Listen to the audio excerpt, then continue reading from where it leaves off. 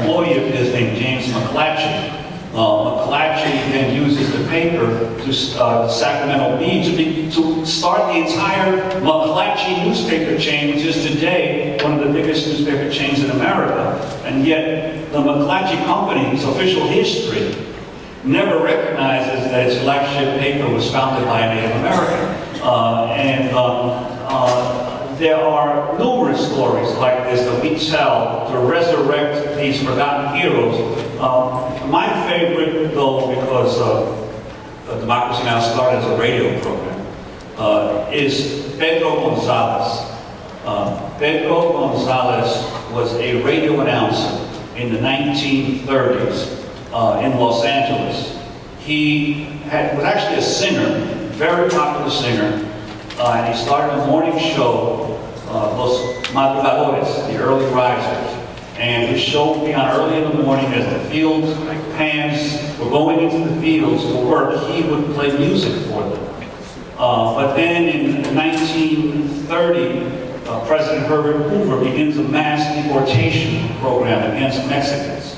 Well, we were reporting today about there's been 400,000 people deported under the Obama administration this year, a record.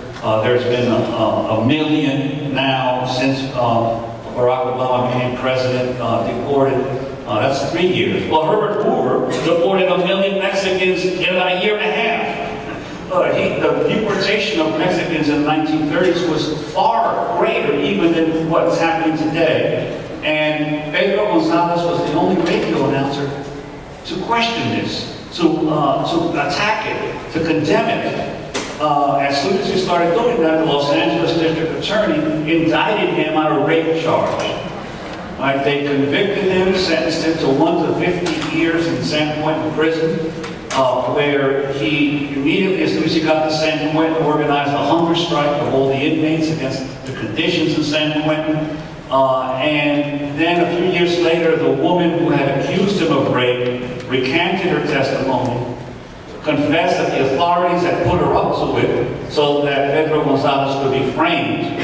He had to be released in 1940 from prison, but he was immediately deported to Mexico, where he remained for the next 30, 40 years as a radio announcer in Tijuana, having been expelled from the United States and jailed falsely for daring to question the government's mass deportation program.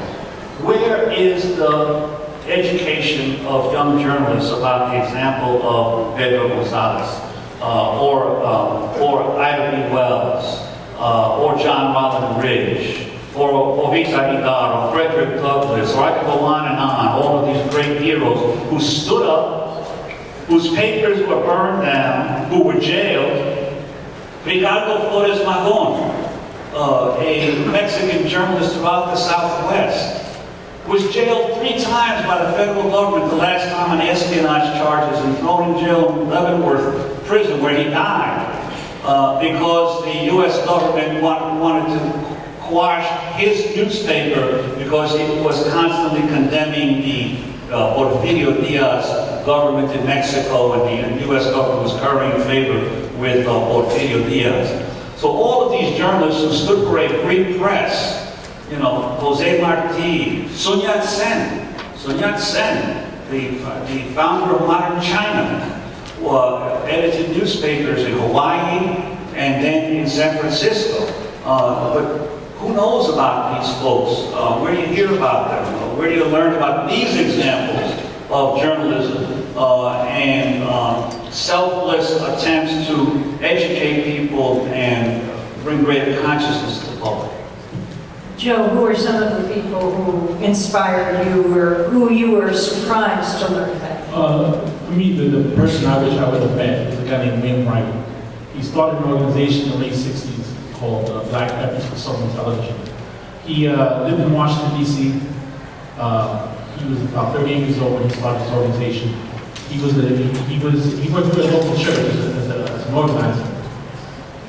He understood right away that it was after the WWT case that I discussed, where there was an actual chance to open up our media system and challenge licenses. He worked, him and about 15, 16 other African American groups in DC filed a license challenge against the station, the station owned by the Washington paper, the other day, the Washington Post, and he understood that there were structural issues that needed to be addressed, and he started to work with other public interest groups to organize African American groups across the country to file license challenges.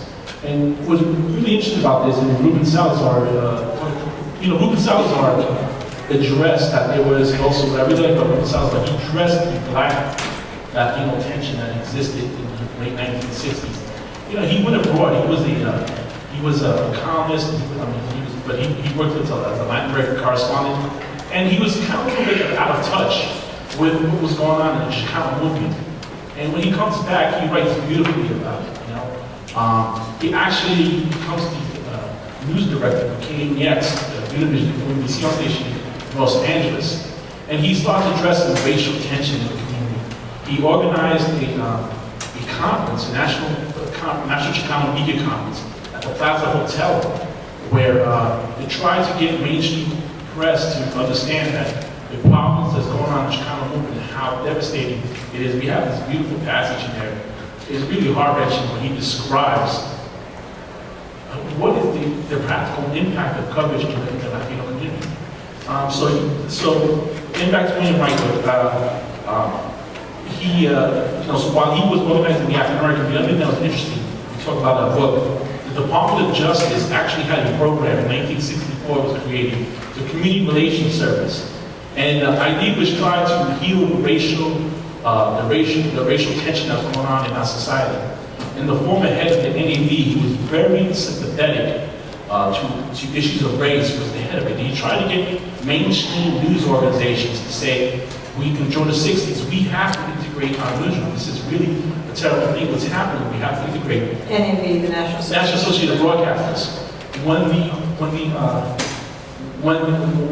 mainstream media really didn't do that, he took another route. He decided that he was going to help train local groups how to basically file license challenges. So here is a government agency training the public, citizens groups, how to file challenges against your own broadcast stations. And the Latino groups really worked with this agency very closely because they hired a few important Latino figures in there that were really connected to the community, came out of the Hispanic community.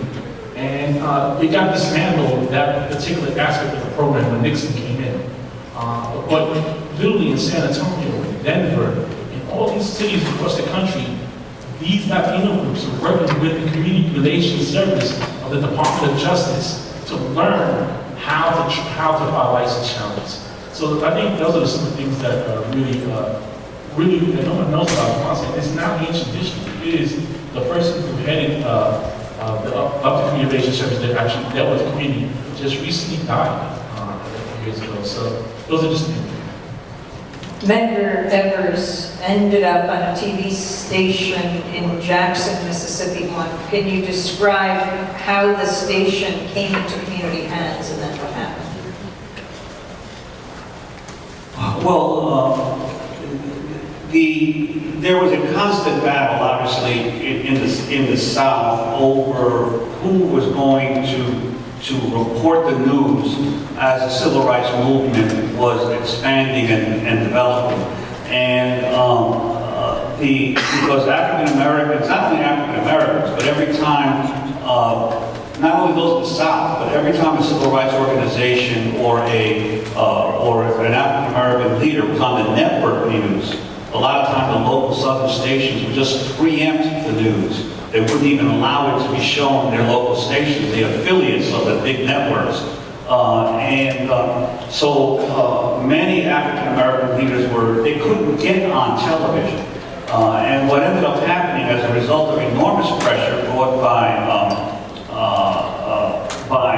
the Justice Department, at a certain point, one of the stations was forced to allow Medgar Evers, under the Fairness Doctrine, to get on television and to be able to rebut some of the local authorities on key issues of what was happening with the civil rights movement. And Medgar Evers' appearance was really his death warrant because he had such a powerful appeal that the station was inundated by angry whites who were saying, why was he allowed on television? And it was only, what was it, 2 weeks later? About 2 or 3 weeks later. 2 or 3 weeks later that he was assassinated. Because before that, people had heard his name, but very few people knew what he looked like. Within a couple of weeks of appearing on television for the first time, talking about civil rights, that's when he was assassinated. Yeah, his friends were concerned about this. And, you know, like Juan said, no one really saw him, and they hear how intelligent he was. It really, you know, like Juan said, really a lot of people believe that was the reason why ultimately was killed. Take this to today, Joe, the issues that you work on at Free Press, the issue of the FCC and what it has been doing under the Bush era and under President Obama. Well, the thing that we talk about a little bit in the book, but it really, I mean, we actually do discuss it a little bit in the book, but really I can't emphasize enough the money, part of money in all this stuff. I mean, the commissioner of the FCC, Baker, recently in March left the FCC to go become a senior executive at Comcast after she complained that the FCC was taking too long to okay the merger between Comcast and NBC. This is what you have. You have a president who said he was going to take a back seat to no one in the free and open internet. He hired his buddy, Julius Genachowski, to run the FCC. Genachowski visits the White House more than any official in the government because his buddy goes to, you know, part of the turkey, he goes over there, you know, like this, you know, all the festivities. He's there all the time. He literally passed a group in December to basically split the internet into two. The future of the internet basically is your wireless connection. You know, everyone has a cell phone or an iPad or whatever, and mobility, wireless is the future of how people can connect to the internet. Well, because of AT&T, the amount of pressure AT&T has put on him, he literally wrote a rule in which basically there are almost no rules for wireless internet access. So literally, the rule goes into effect very soon. And literally, we have an internet potentially any day now, outside the legal challenges, where the companies can slow your site down if they wanted to. So if you don't have enough money for your site to sped up on the wireless internet, they will slow it down. And for us people of color, that is troubling because we don't have the financial means to be able to afford to make sure our site will go the fastest. If we talk about our ability to speak freely. And so we have, so under Obama, it's been a huge disappointment. This chairman has been, you know, a disaster, you know, and actually the chairman before him, the Republican of the FCC, was actually better. He actually punished Comcast for violating the principle of open internet. He went against his party, he was a Democrat. So it's a real mess in DC, and I'll tell you, we need you guys to speak up and to be a part of this. This cannot happen. Money is unbelievable. Money's unbelievable right now, so we need people's voices to make a difference. Joe, what about the role of civil rights groups? It's been an unbelievable biggest disappointment. It's a departure historically. There's a lot of different reasons why they support the corporate agenda of AT&T and Comcast for most of them. Some groups just don't understand the issue. So when someone goes up to them and say, you know, this issue here is going to harm the digital divide, they just believe because AT&T hires people from our community to work for them and to lobby the civil rights groups. There's some groups who this is their ideologically aligned. They believe that AT&T believes the right for our community is the right answer. But AT&T last year gave $150 million to civic organizations, including the civil rights groups. And the head of the AT&T kind of Jim Saccone, is also who's the head of the political arm, the lobbying arm in DC, also is the chair of the AT&T Foundation that goes out this money. But people want but he says there's no strings attached. So it's a big problem because we really need these civil rights. And in terms of the donations that they give, that Time Warner and Comcast and AT&T give to the civil rights organizations? It's enormous. It's Comcast, from the merger, said, when it came up to the merger, they told the FCC, we gave $1.8 billion in cash, in-kind contribution to civil rights groups and other civic organizations. And all the civil rights groups supported the Comcast and NBC merger. Which, how can you argue for minority ownership of broadcast stations if Comcast is consolidating like this and owning literally 26 local stations, cable franchises in 39 states. You have movie studios, the largest broadband company, one out of every 4 broadband connections is a Comcast connection. This kind of consolidation is not good for democracy, and it's not good for our community. As we begin to wrap up, Juan, are you optimistic as you and Joe engage in this sweeping look back at the media, looking at race as a central part of the development of the U.S. media? What is the arc you see it on? Is it going, as Dr. Martin Luther King said, towards justice, or the other? Well, yes, I am optimistic because I think as we gather better knowledge of, again, about how the system came to be where it is today, we're in a better position to be able to change it. And I just want to read this little section from the close of our introduction, which sort of sums it up, and where I think this is what is happening in America in terms of both the media and race. And we say in the book, the persistence of racial inequality in the news industry is part of a broader crisis facing American journalists. Thousands of professional journalists are today losing their jobs. The survivors find it increasingly difficult to produce the kinds of meaningful information the American people need. And while internet blogs and websites run by citizen journalists are increasingly generating important news that the commercial media ignore, such sites have yet to provide an economic model for sustaining thousands of full-time journalists in pursuit of the production of news, a model that could replace what old media has done for 200 years. The central role of the press in our society makes this industry-wide crisis a crucial problem for the entire nation. But thankfully, many citizens already understand this. In the first decades of the 21st century, a new and powerful citizen movement for media reform came of age. That movement, which arose during a battle to prevent the FCC from deregulating broadcast ownership provisions, already counts millions of Americans from across the political spectrum in its ranks. The members of this new movement are deeply disturbed by the concentration of ownership in our news media. They are frustrated and angry over the endless hyper-commercialism, infotainment, and obsession with violence and sex that dominates its content. They worry that despite the great potential of the internet, the largest communication companies exercise too much control over news and entertainment.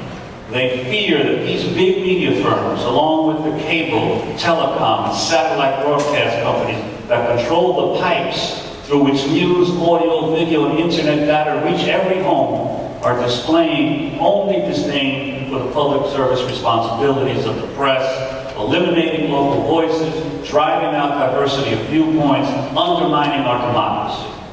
With each day that passes, with each new advance in mass communications technologies, our biggest media companies race to readjust, to become bigger and more dominant. Only by clearly grasping the main conflicts and choices that shape our current media system can ordinary citizens successfully unite with concerned journalists and the workers within the system to bring about meaningful reform. The second democratic revolution of the U.S. media has already begun. Those who hope to triumph in that revolution must first understand how our system of news reached its current state.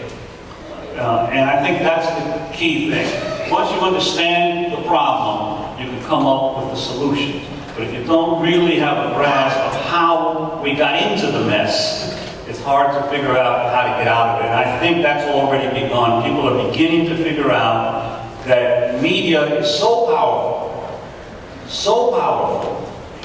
in shaping public opinion that unless we level the playing field in the system of news in America, we're not going to be able to advance in any other. Because, interestingly, the mass media in America developed into a mass media in the 1830s, just around the time that voting rights were being expanded just from property owners to the mass of the property-less. As workers in the 1830s, white workers began to get the franchise, the elite of the country were worried that one person, one vote is a dangerous thing. You know, because the majority might not vote the way you want. So therefore, the penny press and the mass media developed to be able to, in essence, not only sell goods, but influence the masses of the people and how they vote and how they act. And so I believe that in a democracy, the power of the media is even more important to those who are the wealthy of the society. Because in a dictatorship, the rulers dictate.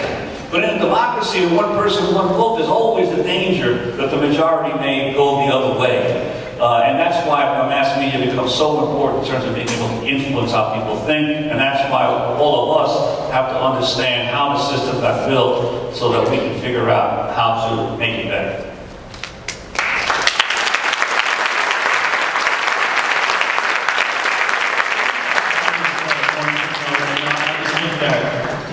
Something has to give. You know, we talk about that we're concerned that the future media may be a de facto apartheid media system. We can't have a country where the majority of the country are people of color, yet we don't have control the mass dissemination of our own image. That's not a democracy. Something has to give.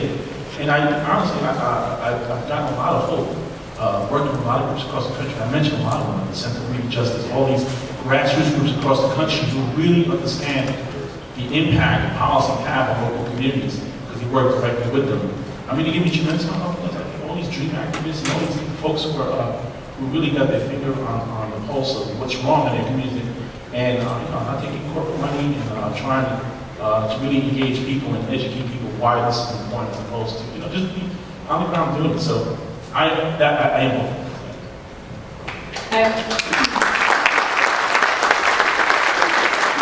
I just wanted to give you each one last minute to comment, but I also want to thank all those that made this event possible.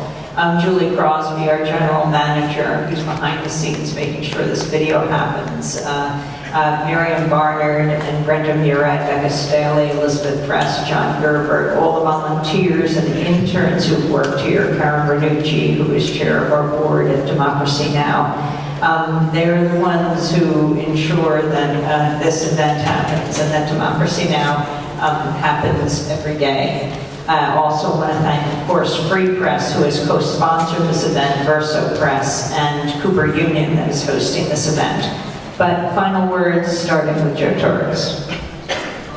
I am just doing this book has been a great experience. I'll just pay a personal tribute to Juan if I can. And I've been working with Juan for 10 years, and he was the president of the National Association of Spanish Journalists. I was the director, and the first time I met Juan was the day before the Main Man March. The first time I remember meeting him.